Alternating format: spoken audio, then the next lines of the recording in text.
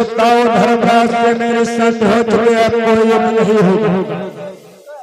ठीक है बाजे क्योंकि जब तलक उसके हाथों में अस्त्र सत्य है तब तलक हम लोग विजय को नहीं प्राप्त कर सकते। सत्य कहते हो बाजे श्री। जब किसी प्रकार से उससे अस्त्रों और शस्त्रों को रखा लिया जाएगा उसके बाद उसका पद निश्चित है। ठीक है बाजे उससे आवाज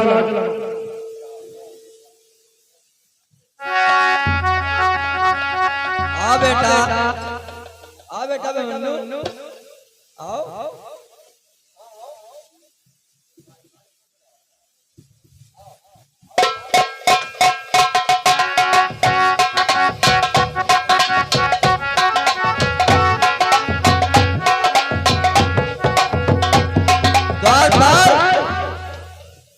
कहाँ है द्वारपाल? द्वारपाल कहाँ गायब हो गया? द्वारपाल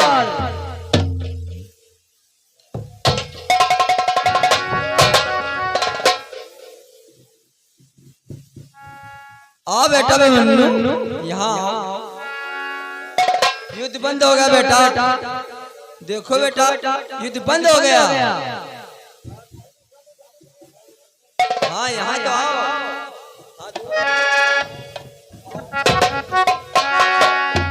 क्या कहा मामा सब युद्ध बंद हो गया? मुझे नहीं विश्वास कि युद्ध बंद हो गया। बेटा मनु विश्वास करो, युद्ध बंद हो चुका है क्योंकि तुम्हारे ताऊ धर्मराज से मेरी संधि हो चुकी है। और जानते हो संधि होने का कितना समय हो चुका है? लो स्मरण करो। बोलो किस दिन हो संधि को है अब होनी नहीं आई है।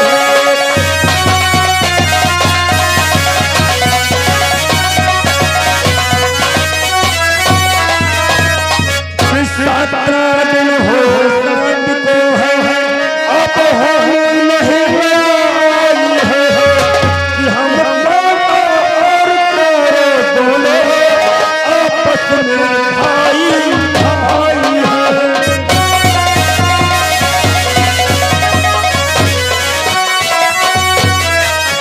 हम और दोनों आपस में भाई भाई है।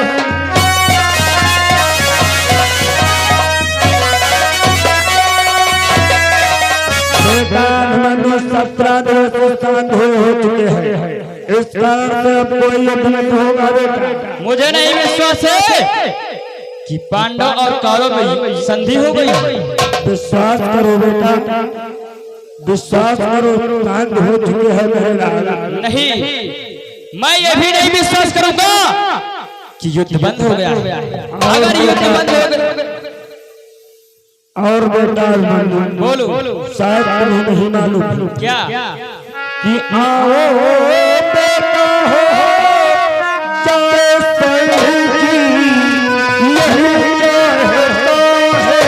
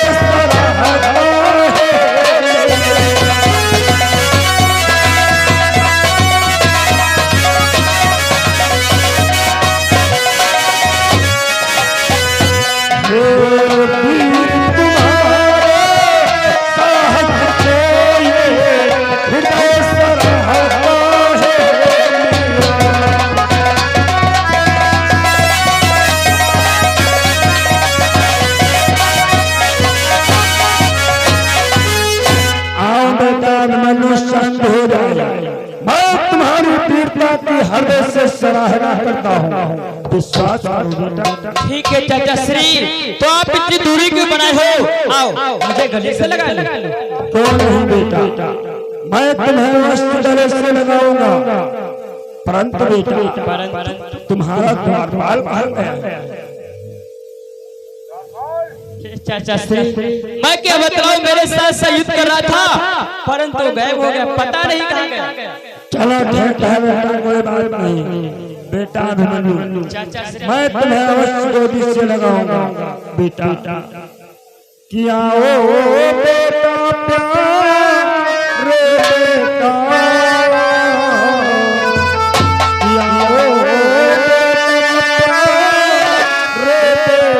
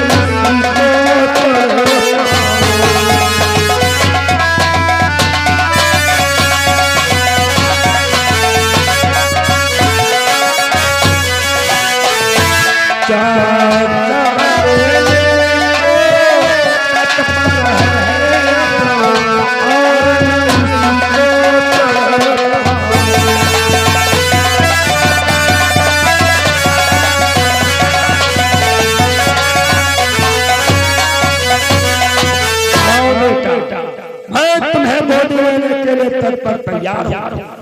तो ठीक है चाचा श्री कि खड़े दूर क्यों हो, मैं तेरे पास आऊं।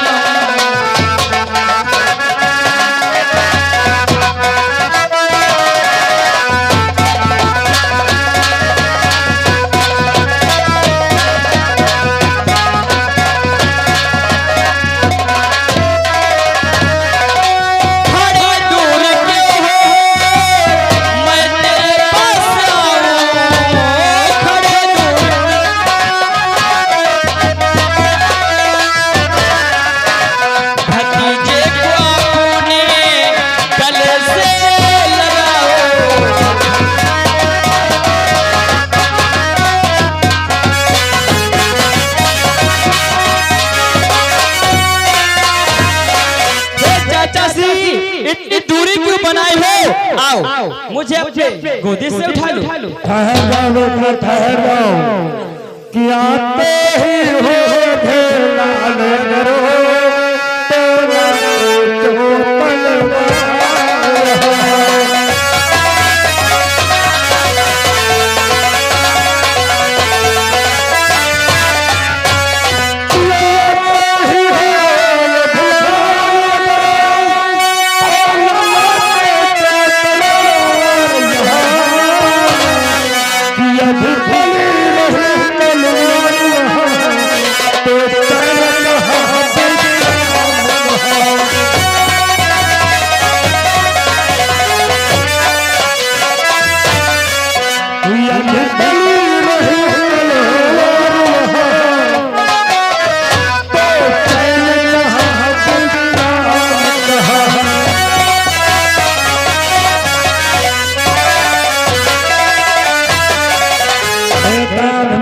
मेरे प्रेम गोद में आ रहे हो, शस्त्रों को क्यों ला रहे हो? यदि शस्त्र इसी तरह बने रहेगी तो कभी युद्ध नहीं बंद होगा। नहीं चाचा श्री, मेरे ताऊजी ने बतलाया था कि अपने जीते जी इस तलवार को मत छोड़ना। वाह बेटा, अरे जैसे तुम्हारे ताऊ धर्मराज हैं उसी प्रकार से मैं भी तुम्हारा पाया हूँ। इन शस्त्रों को रख दो। ठीक है चाचा श्री।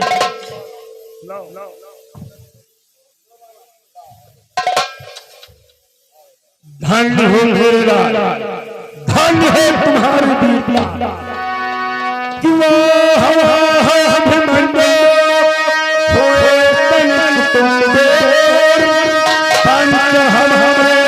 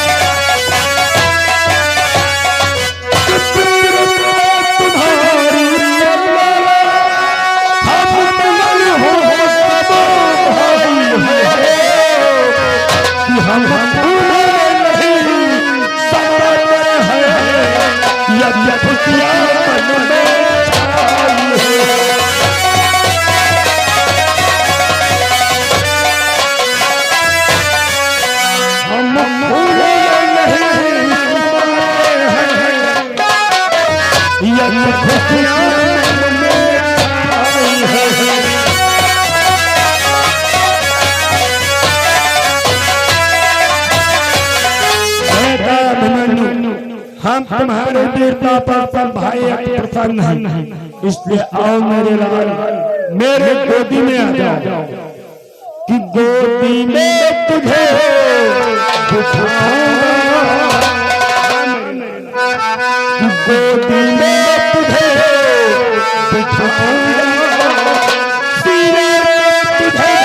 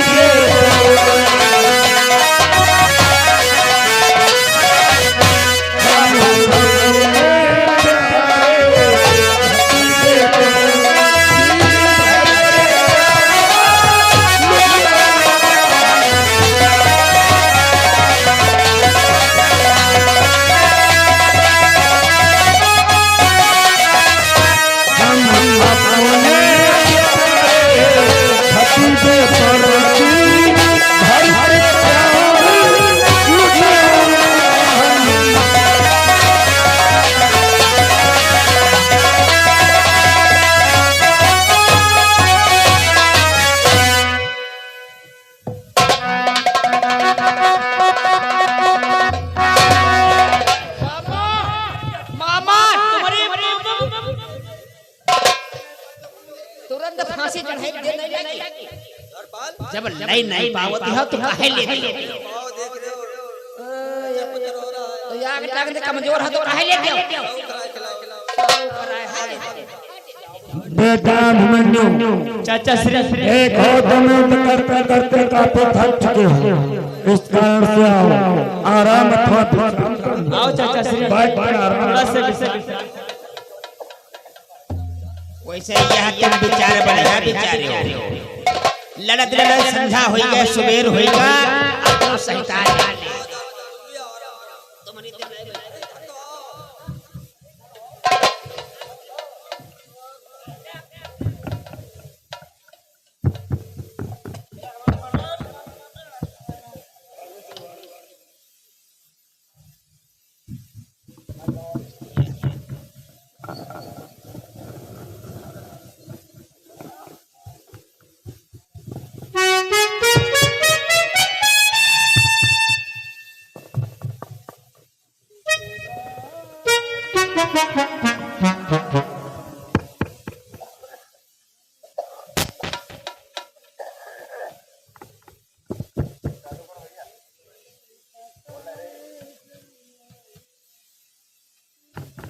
हे चाचा श्री, जब भाइयों भाइयों में इतना संधि था, इतना प्रेम था, तो ये लड़ाई क्यों है चाचा श्री?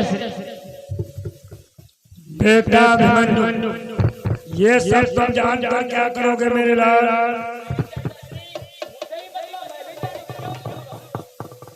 चलो ठीक है, यह तुम जानना चाहते हो तो अवश्य बताऊंगा। एक बार की बात है बेटा, एक बार तुम्हारे गांव धर्मराज ने यज्ञ पूजन का अनुष्ठान किया था और उस यज्ञ पूजन में मुझे भी सम्मिलित किया था।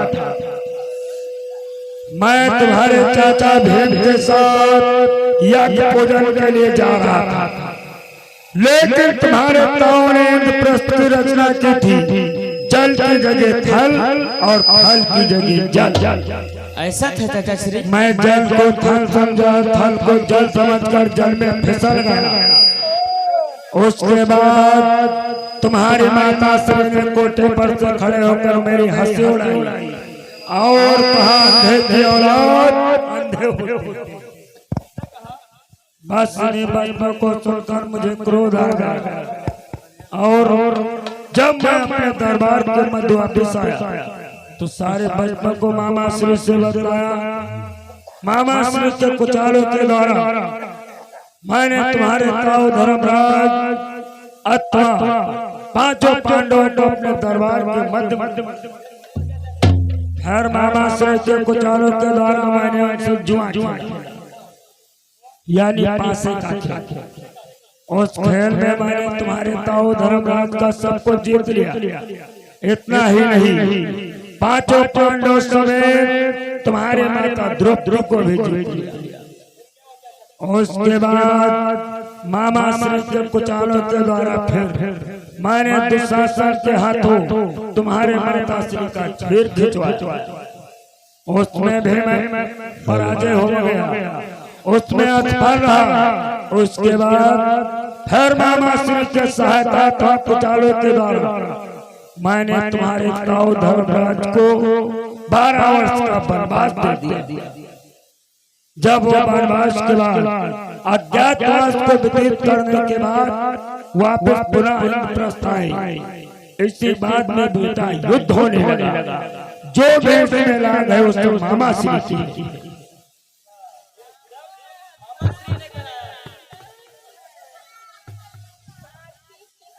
चाचा श्री, ये तो सब ठीक बात है, लेकिन धोखे से आपके पुत्र अश्वमेध का मेरे हाथों से संहार हो गया।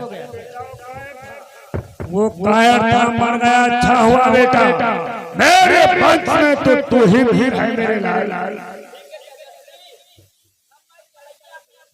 चाचा श्री देखो, यहाँ रहते रहते मुझे देरी हो गई, अब मुझे जाने की आज्ञा दो।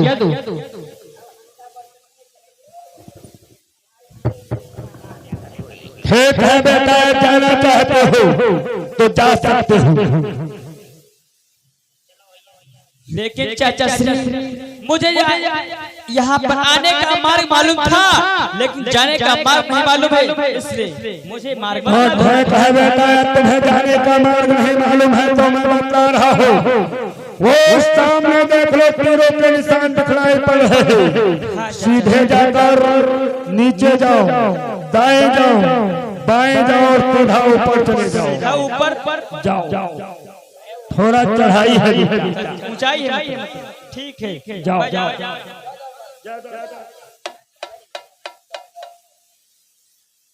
समय तीर के निशान दाएं बाएं फिर ऊपर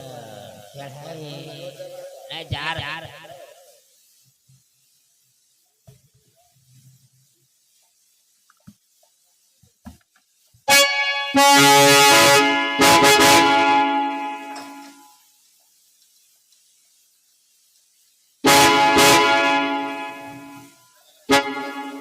ये क्या चाचा श्री, मैं तो अभी इसी जगह से गया और फिर वापस आ गया। शायद बेटा तुम मार्ग को भूल गए हो, अच्छे प्रकार से मार्ग को नहीं समझ पाया। फिर से बताओ चाचा श्री। देखो सामने जो तीरों के निशान दिखलाई पड़ रहे हैं, दिखाई देते हैं। सामने जाओ, दाएं जाओ, बाएं जाओ, सीधा ऊपर चले जाओ। ठीक है चाचा श्री, इस बार मैं समझ गया।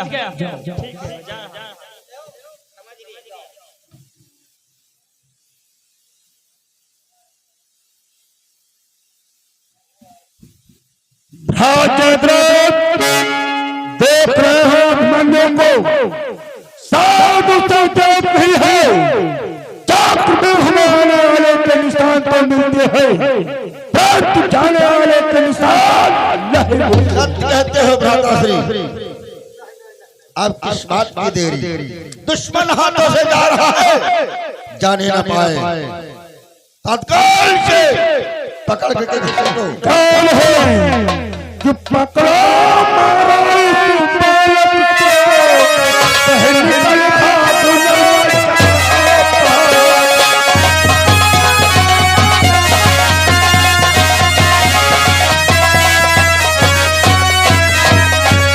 पकड़ो मारो इस बालक को, पहले भाग ले जाओ।